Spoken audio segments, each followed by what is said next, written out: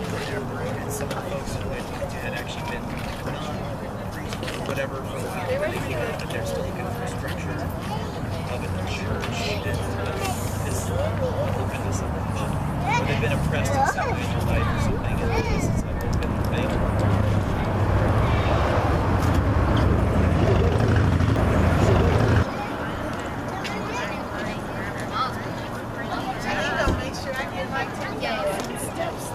That's a good thing. That's a very good thing. I was like, Jimmy, you gotta be in the middle so you can follow that.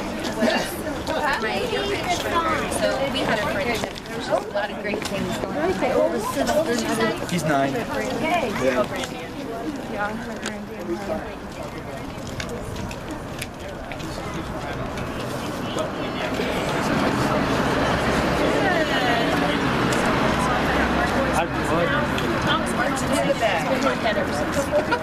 But Dan's mom's here.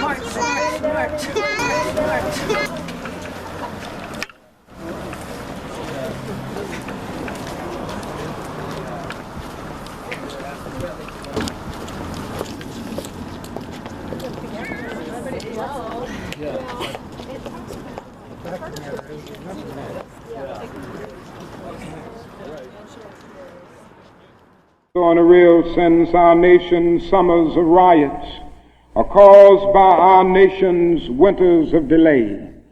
And as long as America postpones justice, we stand in the position of having these recurrences of violence and riots over and over again. Social justice and progress are the absolute guarantors of riot prevention. If we are to bring America to the point that we have one nation, indivisible, with liberty and justice for all, there are certain things that we must do. The job ahead must be massive and positive. We must develop massive action programs all over the United States of America in order to deal with the problems that I have mentioned. Now, in order to develop these massive action programs, we've got to get rid of one or two false notions that continue to exist in our society. One is the notion that only time can solve the problem of racial injustice. I'm sure you've heard this idea. It is the notion almost that is something in the very flow of time that will miraculously cure all evils. And I've heard this over and over again. There are those, and they're often sincere people, who say to Negroes and their allies in the white community that we should slow up and just be nice and patient and continue to pray, and in 100 or 200 years the problem will work itself out, because only time can solve the problem. Well, I think that is an answer to that myth, and it is that time is neutral. It can be used either constructively or destructively.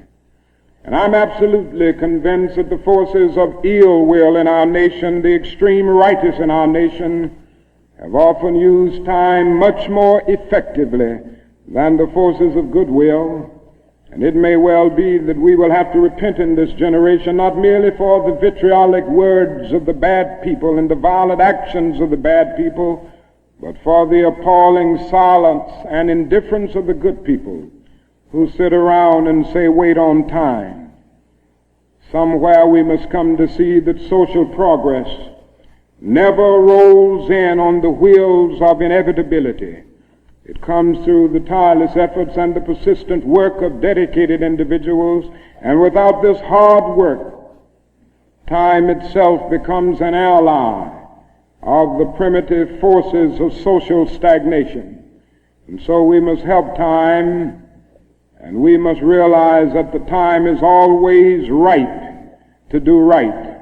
Now there's another notion that gets out. It's around everywhere. It's in the South, it's in the North, it's in California and all over our nation. It's the notion that legislation can't solve the problem. It can't do anything in this area. And those who project this argument contend that you've got to change the heart, and that you can't change the heart through legislation. Now, I would be the first one to say that there is real need for a lot of heart changing in our country, and I believe in changing the heart. I preach about it. I believe in the need for conversion in many instances and regeneration, to use theological terms. And I would be the first to say that if the race problem in America is to be solved, the white person must treat the Negro right, not merely because the law says it, but because it's natural, because it's right, and because the Negro is his brother. And so I realize that if we are to have a truly integrated society, men and women will have to rise to the majestic heights of being obedient to the unenforceable. But after saying this, let me say another thing which gives the other side, and that is that although it may be true that morality cannot be legislated, behavior can be regulated. Even though it may be true that the law cannot change the heart, it can restrain the heartless. Even though it may be true that the law cannot make a man love me, it can restrain him from lynching me, and I think that's pretty important also. And so while the law may not change the hearts of men, it can and it does change the habits of men. And when you begin to change the habits of men, pretty soon the attitudes will be changed, pretty soon the hearts will be changed.